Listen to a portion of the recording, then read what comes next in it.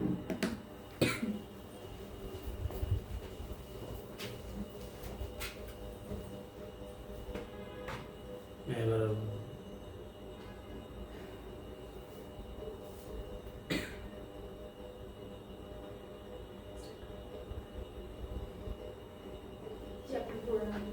সুকুমার চন্দ্র সাহা, আপনার জন্মদিন? 2 সেপ্টেম্বর 1961। যুদ্ধ চলাকালীন সময় আপনার পরিবার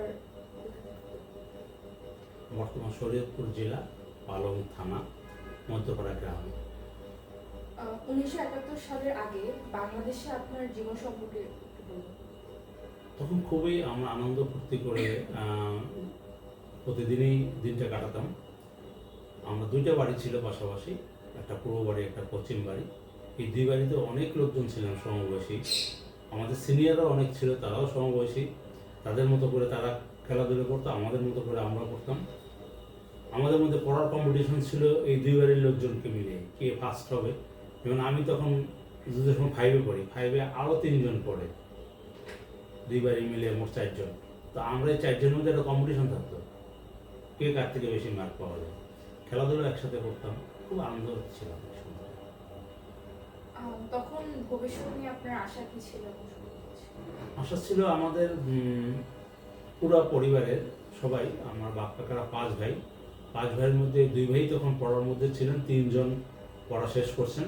একজন ইন্ডিয়াতে তখন আর্কিটেক্ট, আমার বাবা স্কুল শিক্ষক, আমার কাকা স্কুল শিক্ষক, আরেক কাকা ইউনিভার্সিটিতে পড়তেন, আরেক কাকা কলেজে পড়তেন। তো ওই ইন্সপিরেশনটা ওখান থেকেই আসে। বড় হয়ে আমাকে আগে যেটা বাবা মা আশা করে বা অন্যরাও যেটা শিখায় বাচ্চারা, ওইটাই শিখে আমাকে ডাক্তার হতে হবে অথবা ইঞ্জিনিয়ার হতে হবে। ওইটা একটা চ্যালেঞ্জ ছিল যে হ্যাঁ আমি বড় হয়ে হবো, ওই জন্যই ভালো পড়াশোনা করতে চাইতাম। তো ওইটাই মাথায় নিয়ে আগাচ্ছিল পড়াশোনাটা। পূর্ব পাকিস্তানের রাজনৈতিক পরিস্থিতি কিভাবে আপনার দৈনন্দিন জীবনে প্রভাব ফেলছে? তখন রাজনীতিটা অত ভালো বুঝি না, তবে একটা জিনিস মনে হয় 70-এর নির্বাচনের কিছুদিন আগে আমরা প্রতিদিনই প্রায় মিছিল করতাম বড়দের সঙ্গে, বিভিন্ন রকম স্লোগান দিত। আবার আমরা বাড়িতে চলে আসতাম, বড়রা বাজার পর্যন্ত গেলে আমাদেরকে নিত না, বলতো তোমরা এখন বাড়ি চলে যাও। তো ওই সময় একটা স্লোগান আমার মনে পড়ে, হাড়ি কেনার কুড়ে ঘর, ভাঙ্গা চুলের নৌকায় ঘর। এই কথাটা আমি অনেকদিন মনে রাখছি। তো এটা রাজনৈতিক স্লোগান না কিসের জন্য অতটা বুঝতে শিখিনি, বাট তখন মনে হতো কালকে, আজকে শেষ হলে কালকে মনে হতো কালকে আবার মিছিলে যাবো। এটা একটা আনন্দ, খেলাধুলার মতো ছিল আর কি। এটুকুই আমার জীবনে ইম্প্যাক্ট করে। 1971 সালে যুদ্ধের সময় আপনার বয়স কত ছিল? আমার বয়স 10 বছর। তো আপনি কখন বুঝতে পারেন যে যুদ্ধ শুরু হতে যাচ্ছে? যুদ্ধের শুরু হওয়ার প্রায় 1 মাস পরে বলা চলে যে আমরা বুঝতে শিখছি। কারণ তখন বড়রা প্রতিনিয়তই রেডিও শুনতো এবং সবাই একটা চিন্তার মধ্যে আছে, এটুকু জানতাম। এবং সবাই কী কী জন্য ফিসফাস করে, পরিকল্পনা করে, এগুলি বুঝতে শিখছি। তখন মাকে জিজ্ঞেস করলে বলতো যে না, দেশে মিলিটারি আসতে পারে, এই জন্য সবাই প্রস্তুতি নিচ্ছে, এগুলি বুঝতে পারতাম। তখন আমরা হয়তো বলতো যে তো আমাদের কী হবে, বলে এটি নিয়ে তোমাদের ভাবতে হবে না। কিন্তু কি আমাদের যুদ্ধের ইম্প্যাক্টটা মনে আছে। তারপরে প্রথম যেদিন আক্রমণ হয়, এটা এপ্রিলের শেষ সপ্তাহের দিকে হবে। তো আমাদেরকে বিকেলবেলা বললো তোমরা তাড়াতাড়ি দুধ খেয়ে নাও, আমাদেরকে এই জায়গা থেকে পালিয়ে যেতে হবে, এখন মিলিটারি আসবে। তো আমরা সাধারণত খাই বিকেলে, একদম সন্ধ্যার একটু আগে আগে। সেদিন আমাদেরকে বিকেলবেলা 3টা বা 4টার দিকেই আমাদেরকে খাওয়াই দিল। দিয়ে আমরা এবার দৌড়াতে শুরু করলাম একটা মাঠের মধ্যে, যে পুরো 2 গ্রামের মানুষজন সব একদিকেই দৌড়াচ্ছি। এটুকু আমার মনে আছে। মা, আমার ছোটো বোনটা তখন মার্চ মাসের 20 তারিখে তার জন্ম, ওই কোলে করে নিয়ে মা দৌড়াচ্ছে ওকে নিয়ে। তো মার পিছে পিছে 2-3 জন মহিলা করছে, মাকে সাবধান করছে, না পারলে আমার কাছে তো এই ধরনের কথাবার্তা বলছে, এটুকু আমার মনে আছে। তো আমরা দৌড়িয়ে প্রায় 3-4 কিলোমিটার দূরে একটা মুসলিম অধ্যুষিত এলাকা, একটা প্রাইমারি স্কুলের মাঠে গিয়ে উঠলাম। তখন সন্ধ্যা হয়ে গেছে আর কি অলমোস্ট। তখন আমরা ওইখানে বসলাম, কোথায় যাব, কী করবো। আমাদেরকে বাবা বসায় রেখে কোথায় যেন গেলেন। একটু পরে একজন শিক্ষক আসলেন, যিনি আমারও শিক্ষক, আমার কাকার কলিগ, আমার কাকাও একই স্কুলে শিক্ষকতা, যে স্কুলে আমি পড়তাম। তো উনি এসে বললো আমাদের বাড়িতে চলো। তো ওনাদের বাড়িতে অনেক বড় বাড়ি, আমাদেরকে 2-3টা ঘর ছেড়ে দিলে আমরা থাকলাম। তো বললো যে বাড়ি নিরাপদ না হওয়া পর্যন্ত যাওয়া যাবে না, এখানেই থাকতে হবে। তো আমরা থাকলাম 4-5 দিন পরে। এবার শুনলাম যে আমাদের বাড়ি যেতে হবে। তার আগে বাবা কাকা একদিন গিয়ে বাড়িতে দেখে আসছেন যে দরজা জানলা নাই, স্ট্রাকচার শুধু দাঁড়ায় আছে, কোনো হাঁড়ি বাতিল বা অন্য কিছুই নেই। তবে দোতলা বাড়ি, টিনের শেড, নিচে পাকা যেহেতু আছে, আপাতত ঘুমানো যাবে বা ওইখানে যেয়ে আস্তে আস্তে ঠিক করতে হবে। মানে বুক বেঁধে গেল যে এটাই বোধহয় শেষ আক্রমণ, এখন আমরা বাড়িতে নিরাপদে থাকতে পারবো। এরপরে বাড়িতে আসার পরে আমার একটু মনে আছে মাটির হাঁড়িতে রান্না হতো, মাটির থালায় খাওয়া দাওয়া হতো। হ্যাঁ, তারপরে টিনের থালায় খাওয়া দাওয়া হতো, এটুকু আমার মনে আছে। যেখানে আমরা আগে কাঠের থালায় খেতাম, হ্যাঁ, পিতলের হাঁড়িতে রান্না করতো, তো কাঠের গ্লাসে খেতাম। তো ঘুমানোর সময় দেখতাম সবাই আমরা দোতলায় ঘুমাচ্ছি, নিচতলায় কেউ ঘুমাতো না। দরজার জানলাকে যেভাবে টেম্পোরারি ক্লোজ করেছি কিছু জায়গা, আর দুইটাকে ভালো করে আটকায় টাটকায় ঘুমাতো, সবাই একটা ভয়ের মধ্যে ছিল। তো এর কিছুদিন পরে, বাড়িতে কিছুদিন থাকার পরে, হঠাৎ আরেকদিন রাতবেলা আমাদেরকে সবাই রাত্রিবেলা ডেকে তুলল যে আমাদেরকে এখন পালাইতে হবে এখান থেকে, এই মিলিটারিরা আজকে থানা আক্রমণ করবে ভোরবেলা।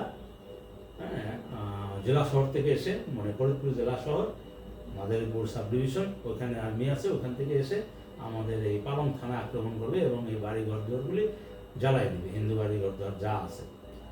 তো আগেই একটা বাড়ি জ্বালাই দিচ্ছে, আমরা পোড়া বাড়ি দেখছি, পোড়া ভিটা দেখছি, খুব খারাপ লাগছে। তখন আমাদের ঘরও জ্বালাই দিবে। তো আমি একটু কান্নাকাটি করলাম, আমাদের ঘর জ্বালাই দিবে। তো বলে জীবনে বেঁচে থাকলে এরকম ঘর বহু পাওয়া যাবে, চলো উঠো। রাত্রেবেলা উঠাই দিল। আমরা হাঁটতে হাঁটতে কোনো একটা জায়গা নদীর পাড়ে গেলাম, সেখানে তখনও রাত আছে একটু। তো আমরা ওখানে কিছু সময় অপেক্ষা করার পর বড় একটা নৌকা আসলো, আমরা নৌকায় উঠলাম। তো বাবা মা আমাদেরকে নৌকা পার করে ওই দিকে নিয়ে গেলো। আমাদের কাকার ফ্যামিলি, আমার ঠাকুরমা, পিসিমা, তারপরে আমার বাপ কাকারা 4 ভাই, তখন 1 ভাই স্বাধীনতা 10 বছর আগের থেকেই ইন্ডিয়া থাকে। তো আমরা নদী পার হয়ে যখন অর্ধেক নদী গেছি, তখন ভোর হয়ে গেছে। তখন আমরা শুনতে পাচ্ছি বড় বড় শব্দ, এখন যেরকম সাউন্ড গ্রেনেডের শব্দ হয় ওরকম কিছু শব্দ শুনতে পাচ্ছিলাম। তখন মনে হচ্ছিল যে হ্যাঁ, আমরা বেঁচে গেছি, নদী পার হয়ে আসছি, এখন আর মিলিটারি আসতে পারবে না। আমরা ওখানে একটা জায়গার নাম আছে শফিপুর থানা, বর্তমানে ডিএম খালি বলে। আমরা ওখানে যে আশ্রয় নিলাম একটা জায়গায়, ওখানে আমাদের রিসিভ করলেন ওখানকার স্থানীয় চেয়ারম্যান, যিনি মুসলিম লীগ করতেন, কিন্তু ওনার বাড়িতে লজিং থাকতেন আমাদের বাবার কাকা, তো ভাই একজন শিক্ষকতা করতেন ওই জায়গার স্কুলে, উনি ওই চেয়ারম্যান বাড়িতে লজিং থাকতেন। সেই সূত্রে চেয়ারম্যান আমাদেরকে জায়গা করে দিয়েছে, চেয়ারম্যান বাড়ি থেকে 1 কিলোমিটার দূরে আমাদের থাকা জায়গা করে দিয়েছে। এই চেয়ারম্যানই আমাদের দেখতাম চাল পাঠাইতো, ডাল পাঠাইতো, তেল পাঠাইতো, আটা পাঠাইতো, ডিম পাঠাইতো, মাছও পাঠাইতো, সব কিছু উনি মোটামুটি জোগাড় করে দিত। তো আমরা ওইখানে ভালোই ছিলাম, পুকুরে মাছ ধরতাম, মার্বেল খেলতাম, মানে এই নিয়ে ছিলাম। আমার আরেক কাকা আমার বয়সী আছে, বাবার কাকাতো ভাই, তার ছোট আরেকটা আছে, আমি, আমার ইমিডিয়েট ভাই আছে। আমরা সবাই মিলে খেলাধুলা করতাম, ভালোই ছিলাম। কোনো পড়াশোনা ছিল না, এখন ওইটাই মনে হয় ভালো লাগে, এরকম একটা অবস্থা চলে আসছে। তো আমরা ওইখানে কিছুদিন থাকার পরে 1 মাস বা 2 মাস, 3 মাসও হতে পারে, আমার ঠিক সঠিক মনে নেই।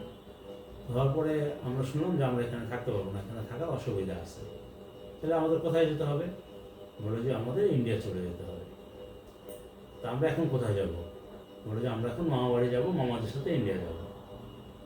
আমার মামা বাড়ি ছিল গৌরনদী, গৌরনদী থানা, বরিশাল জেলা।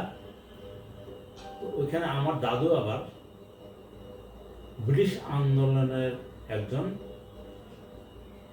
মুক্তিযোদ্ধা, ফ্রিডম ফাইটার। উনি তখন ওনাদের ব্যবসা প্রতিষ্ঠান ছিল বেতাগী থানায়, বরগুনা জেলার বর্তমান। ওই থানার যুব কংগ্রেসের সেক্রেটারি ছিলেন উনি, যার জন্য উনি কিন্তু ভারতে যাওয়ার পরে, স্বাধীনতার পরে উনি আর ফিরে আসেননি। ভারত সরকার ওনাকে আমৃত্যু সম্মাননা দিছে, মানে উনি একটা ভাতা পাইতেন। উনি মারা যাওয়ার পর ওয়াইফও পেয়েছেন। ওই ওনার প্রমাণপত্র দেখানো লাগছে যে সেন্ট্রাল থেকে, মানে কেন্দ্র থেকে কংগ্রেসে কংগ্রেস ওনার নামে যে চিঠি পাঠাচ্ছে সেই চিঠি উনি সংরক্ষণ করছিলেন, পোস্ট অফিসের সেল মারা, এইটাই ওনার মেইন ডকুমেন্ট। ওইটা দিয়ে অ্যাপ্লাই করার পরে উনি ফার্স্ট ক্লাস ভালো হয়েছে। ওনার টেলিফোন কানেকশন ফ্রি, কোনো ওয়াটার কানেকশন ফ্রি, ওনার ইলেকট্রিসিটি কানেকশন ফ্রি, মানে কানেকশন চার্জ কোনো কিছুই দেওয়া লাগবে না, এরকম একটা। উনি ট্রেনে ফার্স্ট ক্লাস জার্নি ফ্রি, সরকারি বাসে জার্নি ফ্রি, তিনি এত সুবিধা পাইছেন ইন্ডিয়ায়। তো ওনার বাড়িতে যে উঠলাম আমরা, উনি অনেক শক্তিশালী ছিলেন ওই সময়, ওনাকে অনেক ভয় করতে স্থানীয় লোকজন। তারপরে আমরা চলে গেলাম ওইখান থেকে। একদিন সকালবেলা নৌকা করে যাচ্ছি, তো খুব ভোরে, মানে একদম ভোর হয় না বলা চলে, মানে তখন হেরিকেন নিয়ে আসতে হয়, এরকম একটা সময় নৌকা উঠলাম। তো নৌকার সামনে পর্দা টানাই দিল, আমরা নৌকার ভিতরে আমরা তখন 4 ভাই বোন, মা বাবা। তো আমরা কিছু দূর যাচ্ছি, তখন ভোর হয়ে গেছে একটু। এখনকার দিনে মনে হচ্ছে যে এখনকার সময় অনুসারে আমি বলতে পারবো যে 7টা বাজে এরকম হবে। তখন আমাদের কিছু লোকজন থামাই দিল, আমরা ভয় পেলাম। এখন সবসময় তো ভয়ের মধ্যে আছি, যুদ্ধ যে হচ্ছে এটা তখন বুঝতে পারলাম যে এখন বিপদ, একটা সময় আমাদের যাচ্ছে। তো ভয় পাইছে, পরে মাঝিকে বললো যে তুমি পর্দা খুলো না, তুমি নৌকাটা এখানেই রাখো। তখন তারা মাঝিকে এসে কি বললো, একটু পরে আমরা 2টা শব্দ পেলাম গুলি, এটা হলো। পরে আবার হইলো গুলি এসে আমরা বললো যে আমরা এখন যেতে পারেন।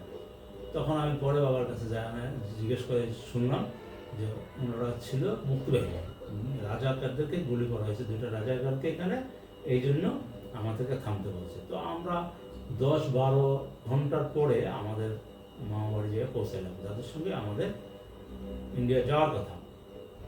তো যাওয়ার কথা, যদি নিরাপদায় থেকে যাব, না হলে আমরা ইন্ডিয়া যাইতে হবে, মানে এই জায়গা থেকে যাওয়া সহজ।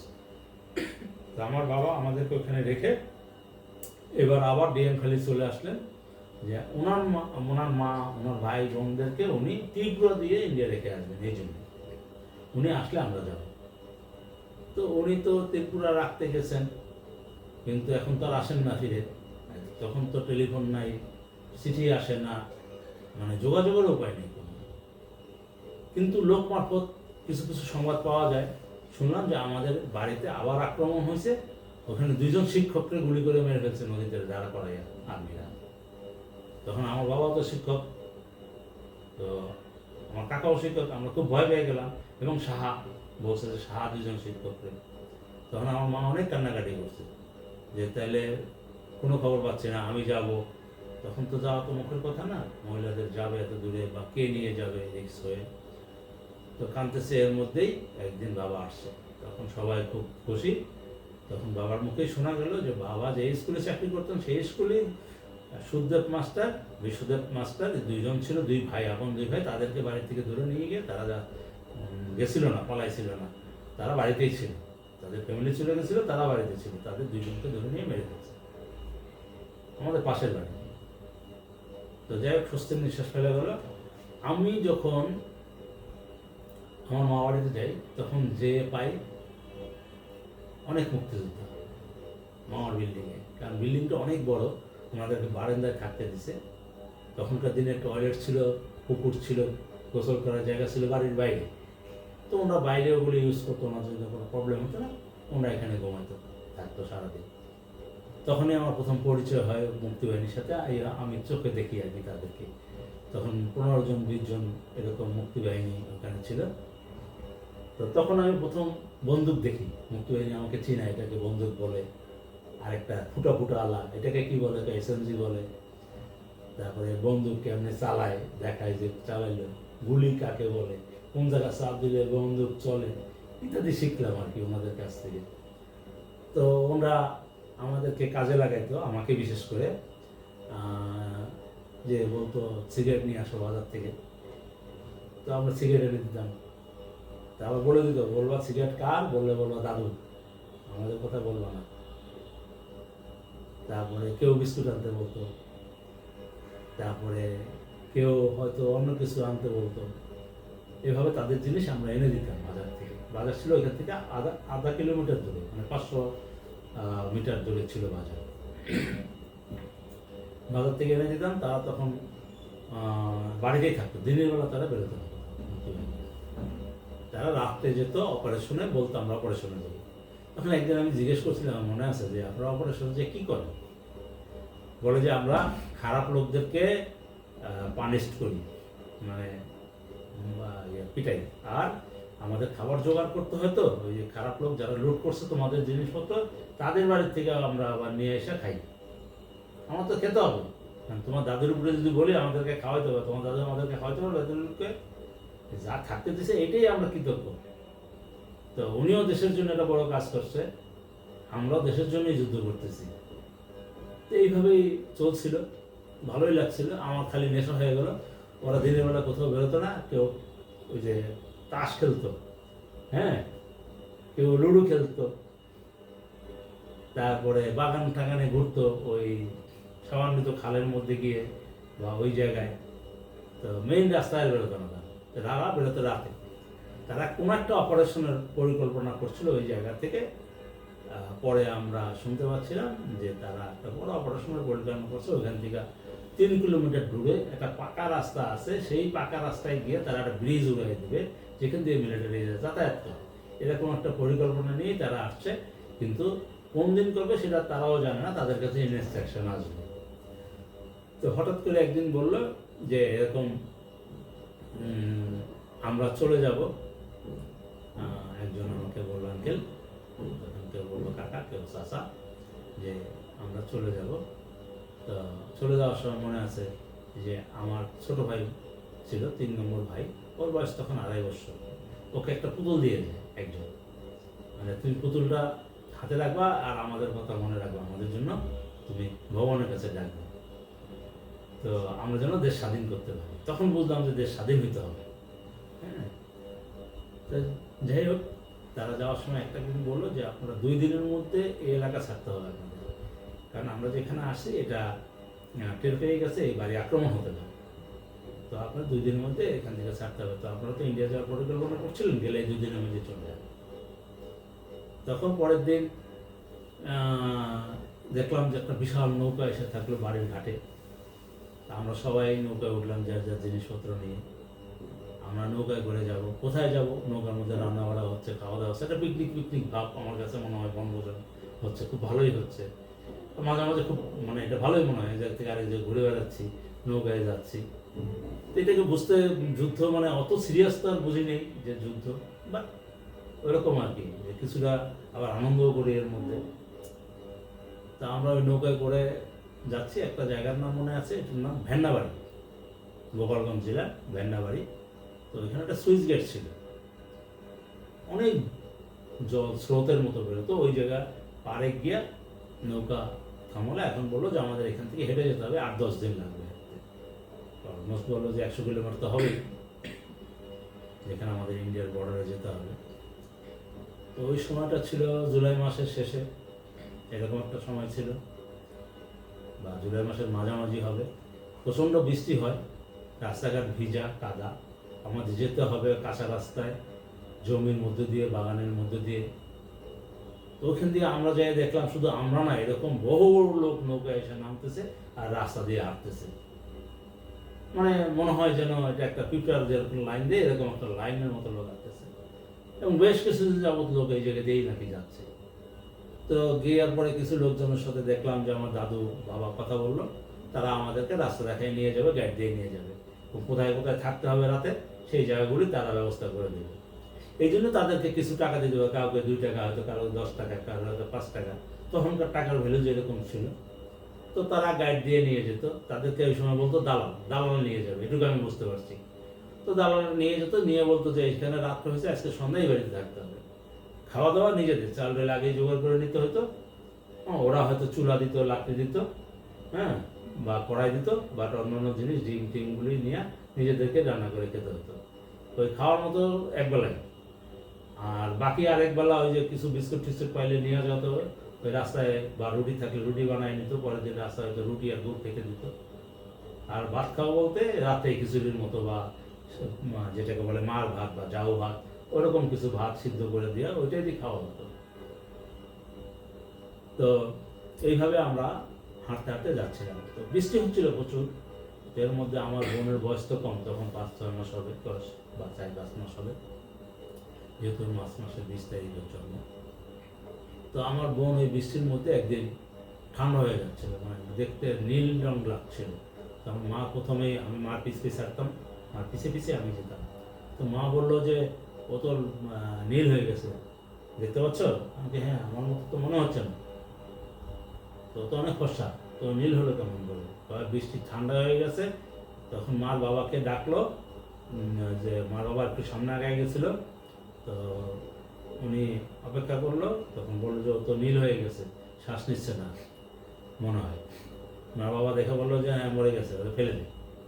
তখন মা খুব কান্না করলো, আসলে কষ্টের বিষয়, একটা বাচ্চা ফেলে দেওয়া তো মুখের কথা না। তো মা বললো যে না, আমি ফেলবো না। তো আমাকে একটা বাড়ি নিয়ে চলো। মার হাতে একটা হেরিকেন ছিল, হেরিকেনটা রাতে জ্বালাইতো, আর হেরিকেনের মধ্যে আরেকটা উদ্দেশ্য ছিল, হেরিকেনের মধ্যে মার গয়না ছিল। ওই জন্য মা হেরিকেনটা সবসময় মার হাতে রাখতো, আর একটা সরষে তেলের বোতল, এগুলি মার কাছে রাখতো। আর ছোট একটা ব্যাগের মধ্যে মা কোমরে গুজে রাখতো, এগুলো কী কী যেন পলিথিনের মধ্যে পেঁচে এগুলি রাখতো। ওইটা দেখতাম, আর কোমরে একটা ছোট্ট ব্যাগ ঝুলতো, আর হাতে হেরিকেন, আর কোলে বাচ্চারা। এই আমার বোন, এই মা হাঁটা শুরু করলো, ওইভাবেই হাঁটতেছিল। তখন বললো যে এক বাড়িতে মাকে জায়গা দেওয়া হলো। তখন ওই বাড়িতে গিয়ে মা ওকে হেরিকেন জ্বালায়া, সেক দিয়ে, সরষের তেল গরম করে হাতে পায়ে মালিশ করে, তারপরে কিছু সময় পরে আমার বোন একটু রেসপন্স করলো। তখন তাকে খাওয়া দাওয়া করে আমরা আবার রওনা দিলাম। তো তখন সবাই খুশি যে বোন তাহলে মরে নাই। হ্যাঁ, তো তখন আমরা যাই আবার রাত্রে আড়াই বাড়িতে উঠলাম। এইভাবে আমরা যেতাম। তো দালালরা বলে দিত যে যখন পাকা রাস্তা পার হতে হবে, মানে সিএনবি রাস্তা বলতাম তখন, সিএনবি রাস্তা বলতো, এই রাস্তা পার হতে হলে আগের থেকে রেকি করে আসতে হবে। ওই দালালরা রেকি করে আসতো যে এখন নিরাপদ, কারণ ওই রাস্তা দিয়ে মিলিটারি যাতায়াত করতো, তো দেখলে গুলি করে দিত রাস্তার পাশের লোকজনকে। তো এই জন্য ওই যখন মিলিটারি থাকবে না মনে হতো, তখনই রাস্তা পার হইতে হতো। তো তখন রাস্তা পার হয়তো হওয়ার পরে আমরা এরকম হাঁটতে হাঁটতে একটা জায়গায় গিয়ে পড়তাম সন্ধ্যার সময়। আমার মনে আছে জায়গাটার নাম বাগদা বলে, এটুকু মনে আছে। তো আমাদেরকে বলো লাইনে দাঁড়াবো। তো দাঁড়ালাম, পরে মেশিনের প্যাডেল মেশিন দিয়ে আমাদেরকে বড় বড় সুই দিয়ে টিকা দিল। খুব ব্যথা পেলাম, কান্নাকাটি করলাম। তারপরে বললো যে ঠিক আছে, এগুলো থেমে যাবে, ভালো হয়ে যাবে। এবার একটা করে কাগজ ধরাই দিল সবাইকে। এবার একটু পরে আমাদেরকে চিড়া, গুড়, শুকনো খাবার দিল। তো আমরা ওগুলি কেউ খেলাম, কেউ খেলো না। তো আমরা ওইখান থেকে তখন একটা স্টেশনে, রেলওয়ে স্টেশনে গেল, আমার নাম মনে হয়। তো উঠলাম, দেখলাম বিশাল একটা জায়গা। তো আমার মনে হলো প্রথমে এই ঘরেই বোধহয় আমাকে থাকতে হবে, যেহেতু আগের অভিজ্ঞতা আছে প্রাইমারি স্কুলে থাকার। তো স্টেশনটা তো অনেক বড়, তো ওটা আমি বুঝেই জানি রেল স্টেশনে তো ছবিতে দেখছি রেল লাইন, বাস্তবে তো আর আমি চিনি না। তো প্রথম বললাম যে বাবা আমরা এখানেই থাকবো, বা না এখানে গাড়ি আসবে। তখন আমি একটা চিন্তা করে গেলাম যে এখানে গাড়ি আসবে, এখানে তো রাস্তা নেই। একটু পরে বিশাল একটা গাড়ি আসলো, বড় একটা হেডলাইট জ্বালায়া। আমি বললাম যে এত বড় কি গাড়ি এটা? এটা রেলগাড়ি। তো উঠলাম, যে স্টেশনে থামে সেই স্টেশনে একটা করে ধাক্কা দেয়। আমি বললাম গাড়িতে আবার ধাক্কা দেয় কেন? বললো না ট্রেনের সিস্টেম এটাকে ট্রেন বলে। তো যাই হোক, আমরা ওই ট্রেনে করে আমরা কলকাতায় গেলাম। যেই কাকা স্বাধীনতা 10 বছর আগে গেছিল ওনার কাছে যেয়ে উঠলাম। বাবা চিনতেন, বাবা যেহেতু কলকাতা বঙ্গবাসী কলেজে পড়াশোনা করতেন, এই জন্য বাবার এগুলি সবই ছিল এই জায়গাগুলো। তো বাবা নিয়ে গেলেন ওই বাড়িতে যাই দেখি আমার কাকারা যারা আগরতলা দিয়ে আসছিল তারা আগেই আসছে ওই বাড়িতে, আমাদের আগে। যেহেতু আমরা মামা বাড়িতে প্রায় 1 মাস ছিলাম, যার জন্য আমাদের আগে তারা চলে আসছে। তো আমরা ওই কাকার ঘরেই ছিলাম। কাকা ঘর ছেড়ে দিয়ে তার বন্ধুর সাথে চলে গেল, যে আর্কিটেক্ট কাকার কথা বললাম। আর যাই দেখি যে ওই শুনলাম যে বাড়িটার মালিক মার এক পিসামশাই, মানে তার খুব কাছের আত্মীয়। তাদের ঘরে একটা ছেলে ছিল, 2টা মেয়ে ছিল, আমার থেকে সিনিয়র, আমার পিসির বয়সী। তারা আমার পিসিমাকে নিয়ে ঘুমাইতো, তারা আমাদেরকে নিয়ে যেত উপরে তাদের ঘরে ঘুমানোর জন্য। তাদের ঘুমানোর জায়গা সবাই আদর করতো, কোনো প্রবলেম হলো না। তো আরেকটা জিনিস হলো যে সবাই মানে ওয়েল রিসিভ করলো, এটাই ভালো লাগছে যে কেউ আমাদেরকে ইগনোর করে না। অথবা আমি যেইভাবে ইন্ডিয়ায় গেছি, যে আমাদেরকে যেইভাবে মানুষ মূল্যায়ন করছে, আমার কাছে মনেই হয় না যে অন্য কোথাও আসছে। এটা আমি বুঝতে পারিনি। আমার কাছে মনে হলো আমি বেড়াইতে আসছি। ওই কষ্টটা পার হওয়ার পরে আমার মনে হয়েছে যে আমি বেড়াইতে আসছি। এটাই আমার ফিলিংস।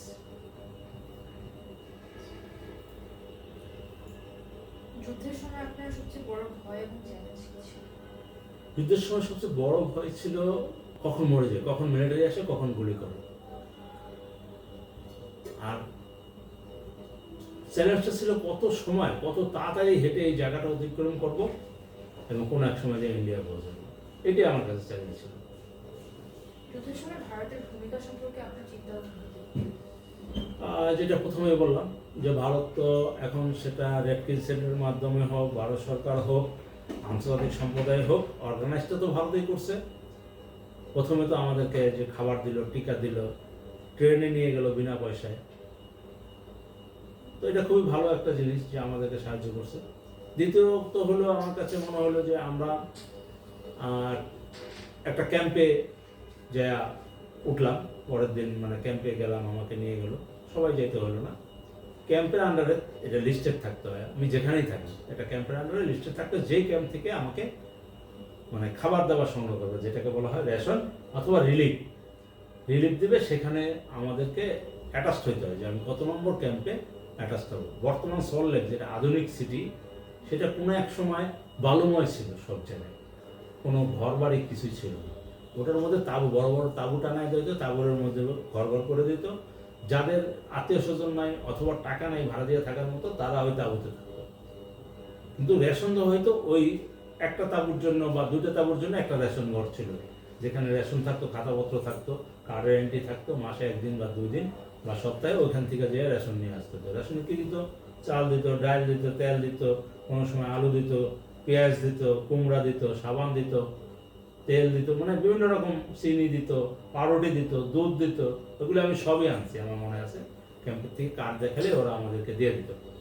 তো বলতো সবসময় যাওয়ার সময় আমরা যেন বস্তা পাত্র নিয়ে যাই, তো এই জন্য আমরা বস্তা নিয়ে যেতাম। কোনো সময় এরকম স্টিলের ক্যান নিয়ে যেতাম, তো লিকুইড দিলে ওটার মধ্যে নিয়ে আসতাম। কোনো সময় কাপড়ের ব্যাগ নিতাম, পাউরুটি দিলে বা ডাল দিলে ব্যাগের মধ্যে নিয়ে আসতাম। তো এরকম যেতাম। আর আমার মামা তখন 2 জন ছিল আমার সমবয়সী, প্রায় কাছাকাছি, আরেকজন সিনিয়র। তখন আমার মামারও আরেকটা পোড়াবাড়ির ক্যাম্প বলে, যেখানে মানে একটা কলেজ ছিল, পড়ে দিয়েছিল কোনো একটা কারণে। এটা এই যুদ্ধের সঙ্গে সম্পর্কিত না মনে হয়, হইলেও বা 1965 সনের সময় হতে পারে, বাট কোনো এক সময় দিয়েছে, তারপর থেকে এখানে কলেজ নাই, ওনারা ওখানে থাকতো। তো ওই মামারা আমাদের হেল্প করতো রেশন নেওয়ার জন্য, আমার সাথে আসতো। আমার বাবা আবার ওই একটা ক্যাম্পের রেশনের ইনচার্জ ছিল, উনি রেশন ডিস্ট্রিবিউশন করতেন। কোনো না কোনো কারণে, কারোর মাধ্যমে উনি ওই ক্যাম্পে চাকরি পেয়ে গেছেন, মানে চাকরি ভলান্টিয়ার সার্ভিস, নট পেমেন্টে না। তো উনি ওই ক্যাম্পের আন্ডারে আমরা যাইতাম, আমাদেরকে চাল ডাল দিলে আমরা এগুলি, আমার মামা সহ আমরা একটা ক্যানেল পার হয়ে নৌকায় আমরা বাসে উঠে চলে আসতাম। ওই সময় একটা মজার ব্যাপার ছিল, বাস কোনো সময় আমাদের কাছে ভাড়া চাইতো না, এবং সরকারি কোনো ট্রেন, ট্রাম কিছুই আমাদের কাছে ভাড়া চাইতো না। শুধু মুখে বললেই হয়তো যে আমি রিফিউজি, এটা একটা সুবিধা ছিল। তো ভারতের যে ভূমিকাটা ছিল, এটাতেই বোঝা যায় যে তারা কতটা ভাবে আমাদেরকে সাহায্য করছে। ওখানে ডাক্তারের ছিল, ক্যাম্প ছিল, বাচ্চাদেরকে দেখার জন্য ডাক্তার ছিল, আমাদেরকে খাবার দিত, আমরা ট্রেনে ঘুরতে পারছি, যেতে পারছি, বাসে যেতে পারছি, ট্রামে যেতে পারছি। আবার পাবলিকের মধ্যেও কোনো রকম আমাদের নিয়ে কোনো নয়েজ ছিল না, সহানুভূতি ছিল যে ও রিফিউজি, আচ্ছা ঠিক আছে, তাহলে ওর বোধ হয় আর মানে অগ্রাধিকার ভাব, এরকম একটা জিনিস ছিল সবসময় আমার। যে ও রিফিউজি, তাহলে ওর অগ্রাধিকার ভাব। হ্যাঁ, তো আমি যখন ছোট, আমার মনে আছে যে কোনো সময় বাসে উঠে আমি বাচ্চাটা ভাড়া ছেলে, আমি বলতাম রিফিউজি, তো অনেকে আমাকে কোলে বসাই দিত যে এখানে বসো। মানে মানে অন্যরকম একটা জিনিস মনে হতো, যে মনে হয় যে আমাকে মানে রিফিউজি বললেই আমরা এত আদর পাচ্ছি, তো এটাই বোধহয় ভালো। মানে তখন কোনো এক সময় মনে হলো যে এইটা খুব ভালো জিনিস। তো এভাবেই আমরা মানে ভারতের যে অবদানটা, আমার কাছে মনে হয় যে তারা কর্ডিয়াল ছিল, যে আমাদেরকে ভালোভাবে রাখা যায়, নিরাপদে রাখা যায় এবং আমাদের পেটে খাবার দেওয়া যায়, এটা ভারতের একটা চিন্তা ছিল। যুদ্ধ কিভাবে আপনার পরিবারকে কিংবা আপনার সম্প্রদায়কে প্রভাবিত করে? যুদ্ধ আমার প্রভাবিত করার অর্থ, আমি ওই অর্থে বলবো যে পরিবর্তনটা কী নিয়ে আসে আমি সেটা বলতে পারবো। আর টোটাল প্রভাবিতটা ওই সময়ের ঘটনার পরিপ্রেক্ষিতে আমি বলতে পারবো না। একটা জিনিস বলতে পারি যে আমরা আমাদের খুব আপনজন থেকে খুব ডিটাচড হয়ে গেছি। যে আমার কাকার ফ্যামিলি এক জায়গা, আমাদের ফ্যামিলি আরেক জায়গা। যুদ্ধের পরেও আমার থাকার জায়গা নেই। আমরা যেমন আমার মামাবাড়িতে উঠলাম, যেখানে আমরা যেখান থেকে আমরা ভারতের উদ্দেশ্যে রওনা দিয়েছিলাম, সেখানে আমার কাকারা বাড়ি চলে গেল, কিন্তু থাকার জায়গা নেই। আর একটা বিল্ডিং অন্যের জায়গায় একটা ঘর নিয়ে থাকতে হলো। তো এরকম আমার বাবার কাকারা আবার আরেক বিল্ডিংয়ে থাকলেন, ওই দেশের মধ্যে যাদের বিল্ডিং ছিল। তো আমার কাছে মনে হয়েছে যে এই যুদ্ধ আমার জীবনে এটা একটা পরিবর্তন ঘটাইছে, যে আমি পড়াশোনায় আর মনোযোগ দিতে পারছি না। এই যে পড়ার থেকে আমি বেরিয়ে আসছি, যে প্রথম হইতে হবে, ওই ধারণাটাই আমার কেন জানি চেঞ্জ হয়ে গেছে। এখন পড়তে গেলে আমার ভয় লাগে, বই দেখতে গেলে আমি কি পারবো, তা আমি তো পড়ি নেই আগে। মানে এরকম একটা জিনিস আমার মাথার মধ্যে কাজ করছে, যার জন্য যে আমার ছোটোবেলার যে একটা উদ্দেশ্য ছিল যে আমি বড় হলে বড়রা যেটা বলছে যে আমি ডাক্তার হবো অথবা ইঞ্জিনিয়ার হবো অথবা একজন অ্যাডভোকেট হবো, সেরকম জিনিস আর আমার মধ্যে আমি খুঁজে পেলাম না। যে পড়ার থেকে বিমুখ হয়ে গেছি, এবং আমার নতুন করে আমার কিছু জায়গা তৈরি করতে হচ্ছে, নিজের ফ্রেন্ড তৈরি করতে হচ্ছে। আমার কাছে সবাই মনে হতো যে আমি ক্লাসে গেলে কেউ আমাকে চিনে না, তো আমার খুব খারাপ লাগতো। তো যাই হোক, যেহেতু আমি ওইখানে প্রায় অনেকদিন ছিলাম, তো এরপরে আরও 10 বছর ছিলাম, তো আস্তে আস্তে সবই আমার আপন হয়ে গেছে। তো এই পরিবর্তনটা আমার মধ্যে আসছে যে আমার উদ্দেশ্যমূলক অর্জিত হবে। যুদ্ধ পরবর্তী জীবন সম্পর্কে যদি বলতেন, যে স্বাধীনতার পরে আপনাদের পরিবার হ্যাঁ, স্বাধীনতার পরে আমার একটা জিনিস মনে আছে। স্বাধীনতার পরের ঘটনা বলি। স্বাধীনতার পরে আমরা জানুয়ারি ফেব্রুয়ারি মাস 3 মাস আমরা ভারতেই ছিলাম। কেন ছিলাম? অনেকেই সাথে সাথে চলে আসে, কেউ 1-2 মাস পরে আসছে, বিভিন্ন কারণে আসছে। কিন্তু আমাদের ফ্যামিলি, আমার মনে আছে যে ওই সময় আমাদের একজনের পক্স হওয়া শুরু করলো গ্র্যাজুয়ালি। পক্স তো একদিনে হয় না সবাই। তো পক্স হইতে অ্যাটলিস্ট 15 দিন লাগে ভালো হইতে, বা 7 দিন লাগে। তো 7 দিন গেলে 4 দিন গেলে আরেকজনের হতো। তো এইভাবে আমাদের ফ্যামিলি পক্স হইতে শুরু করলো। তখন আমরা মোটামুটি সিদ্ধান্ত নিলাম যে আমরা আরও কিছুদিন থেকে যাবো। তখন আমরা এপ্রিল মাসে আসছি কোনো একটা দিনে। তো আমি আসার পরে আমি ইঞ্জিনিয়ারিং অভ্যস্ত হয়ে গেছি কীভাবে বাজারে যেতে হয়, কীভাবে বাজার করতে হয়। বাবার যখন পক্স হলো তখন আরও বেশি বুঝে গেছি কীভাবে মাছ কিনতে হয়, কীভাবে তৈরি দরকার কিনতে হয়। অন্য সময় তো বাবার সাথেই গেছি, দেখেছি। আর ওই সময় যেহেতু বাবা অসুস্থ হয়ে ঘরে, তো আমি বাজারগুলি করতে পারছি, এবং আমি একা একা মুভমেন্ট করতে শিখছি ভারতে যাওয়ার পরে। বললাম যে কোনোদিন কাজ ছিল না, সারাদিন ঘুরে বেড়ালাম। তো ওই জিনিসটা আমার মধ্যে আর বড় করছে, যে নিজের একটা স্বাধীনতা ভাব, স্বাধীন ভাব, যে আমি সব জায়গায় যেতে পারি, সব কিছু বুঝি বা জানি। তো আমরা বাংলাদেশে যখন আসার পরে প্রথম দিন আমি বাজারে গেলাম। আমার যেটা মনে আছে যে আমি বাজারে যাওয়ার পরে বাংলাদেশের জিনিসপত্র কিন্তু তখনও অত দাম হয়নি। কারণ আমাকে মনে হয় 1 টাকা দিচ্ছিল, 1 টাকা দিয়ে আমাকে বলছিল মাছ আনতে হবে, দুধ আনতে হবে, তারপরে কিছু সবজি আনতে হবে। তারপরে আমরা সবাই মাথায় একটা কালা মানে কট করি, মানে তাগা বলে, ওটা আনতে হবে। তো আমি আমার মতো করে নিয়ে আসলাম। আমার মনে আছে 10 আনা দিয়ে 3টা মাগুর মাছ কেজি, বড় বড় 2 আনা দিয়ে দুধ কিনছি 1 কেজি। তারপরে এর সঙ্গে সবজি কিনছি। তারপরও টাকা ছিল, কটকটি খাইতে খাইতে আসছি। তো এরপরে গ্রাজুয়ালি স্বাধীনতার যে পরিবর্তনটা হতে শুরু করলো, যে আমার 1974 সালের কথা মনে আছে, অথবা ওই সময় যে আমাদের মনে হয় খাবারের অভাব হলো বা কোনো কিছুর অভাব হলো। সব ঠিকমতো আগের মতো বাজার হচ্ছিল না, খাবার হচ্ছিল না।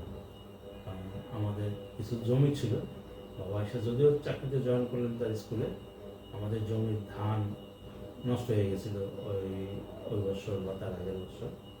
তো আমাদের একটু অভাবের মতো মনে হলো। তারপরে ওই সময় রুটি আনতে যেতাম স্কুলে, ওই ভাইজা রুটি ভাজতো, লঙ্গরখানা বলতো। তা আমি ওখানে কাজ করতাম, সবাই রুটি দিতাম, আবার আমাকে আসার সময় 8-10টা করে দিয়ে দিত। আবার এক ধরনের ছাতু আসতো, মিষ্টি মিষ্টি ভুট্টা ছাতু বলে, ওটা বিদেশ থেকে আসতো, ওটা আবার দিত। ওটা আমরা নিয়ে আসতাম, নিয়ে এসে ওটা খুব মজা করে খেতাম। তো ওই সময় মনে হয় যে স্বাধীনতা যুদ্ধ আমাদেরকে একটা মানসিকভাবে স্বাধীনতার পরে এবং আগে মিলে যে মানসিকভাবে একটু কী বলবো যে দুর্বল বানায় ফেলছে, যে আমরা বোধহয় আরেক শ্রেণীর নিচে নেমে গেছি, অর্থাৎ আমাদের যে পথ জায়গাটা বা আমরা যেই জায়গায় ছিলাম সেই জায়গায় নাই। এই পরিবর্তনটা আমি ব্যাপকভাবে ফিল করি। এবং মানুষ স্বাধীনতার পরে দেশের জন্য যারা জীবন দিচ্ছে তাদের মূল্যায়ন তখন কিছু কিছু হইতে শুরু করছে। যেমন আমি জানা মতে আমারই তখন একজন সিনিয়র, আমার মামার বন্ধু, তখন তার বয়স ছিল 18 বছর 19 বছর, আমার বয়স তখন 11-12 বছর। শুনলাম উনি মুক্তিবাহিনীর কমান্ডার ছিলেন। তো ওনাকে আমরা দেখতাম বাজারে আসলে, উনি বিভিন্ন গল্প করতো, উনি কীভাবে যুদ্ধ করছে, কোথায় কোথায় গেছে, কার সাথে ছিল, এই ধরনের গল্প করতো। তো ওনাকে আমরা চিনলাম যে উনি একজন মুক্তিবাহিনী। ওনার সাথে আরও 2-3 জন ছিল। তো তারাও আসতো, একটা ইয়ে করে আমরা ছোটোরা বাইরে দাঁড়া থাকতাম, আমরা একটা ঘরের মধ্যে বসে টেবিল চেয়ারে গল্প করতাম, আমরা শুনতাম। আবার আমাদেরকে আদর করে ডাকতো, যেহেতু আমার মামার বন্ধু কাছে নিত, আদর করতো, চকলেট দিত। তো স্বাধীনতার পরে মনে হলো যে মুক্তিবাহিনী এখনও দেশের তাদের সেরা সন্তান। এখনকার বর্তমান হিসাবে তাদেরকে অনেকে সম্মান করতো। তখন আমরা দেখতাম উনি মুক্তিবাহিনী, এই জন্য ওনাকে ঘিরে লোকজন মানে শুনতো, গল্প শুনতো, ওনাদের একটা ভালো গ্রহণযোগ্যতা ছিল মুক্তিবাহিনী। এটা আমার কাছে তখন মনে হলো যে ওরা দেশের জন্য কাজ করছে, তাহলে দেশ এবার উন্নতি হবে। আপনার কি মনে হয় বর্তমান প্রজন্ম মুক্তিযুদ্ধের চেতনা তাদের মাঝে ধারণ করতে পেরেছে? বর্তমান প্রজন্ম মুক্তিযোদ্ধার চেতনা পুরোপুরি ধারণ করতে পারেনি। কেন পারেনি? এটা আমার অভিমত হলো যে মুক্তিযোদ্ধাকে আমরা যেইভাবে স্মরণ করছি বা যেইভাবে মূল্যায়ন করছি, তো এটা যথাযথ নয়। কারণ ব্যক্তি স্বার্থটাই এখানে বিভিন্ন সময়, স্বাধীনতার আজকে যদি 50 বছর বা 55 বছর পারও হয়ে যায়, এই দেশ যেভাবে স্বাধীন হওয়ার কথা ছিল, মানুষের তো আজকে সবাই বাক স্বাধীনতা নাই, সবাই চলাচলের স্বাধীনতা নাই। আমি একটা জিনিস বুঝতে পারি যে আমি যদি এখানে আজকে আমার ফুটপাত দখল হয়ে যাচ্ছে, আমার গলি দখল হয়ে যাচ্ছে, তা আমার বাড়ি ঘর দুয়ার খাল দখল হয়ে যাচ্ছে, খালের মধ্যে মানুষ বাড়ি করতেছে, কেউ বলতে পারছে না। এই যে বললাম যে স্বাধীনতার আগে বড় ভাইরা ছোট ভাইদেরকে পাড়ার মহল্লার বাড়ির যারই হোক তারা শাসন করতে পারত। বর্তমানে কেউ তো কারোর কথা শুনছে না, সেই ব্যবস্থাটাই তো নেই। তো মুক্তিযুদ্ধের সেই চেতনা এবং সেই স্বাধীনতার চেতনা যদি ধরে রাখা যেত এবং সেইভাবে দেশটাকে যদি নির্মাণ করা যেত, তাইলে হয়তো পুরোপুরি এই প্রজন্ম মুক্তিযুদ্ধকে ধারণ করতে পারত। আই থিঙ্ক তারা এখন দেখে আসছে যে আমরা একটা অস্থির সময়ের মধ্যে দিয়ে পাঠ করছি, তো তারা কি ধারণ করবে?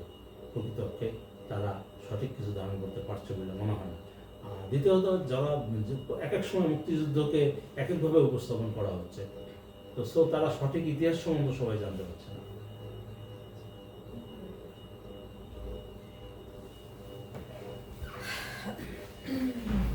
ঠিক আছে না? Yes, perfect.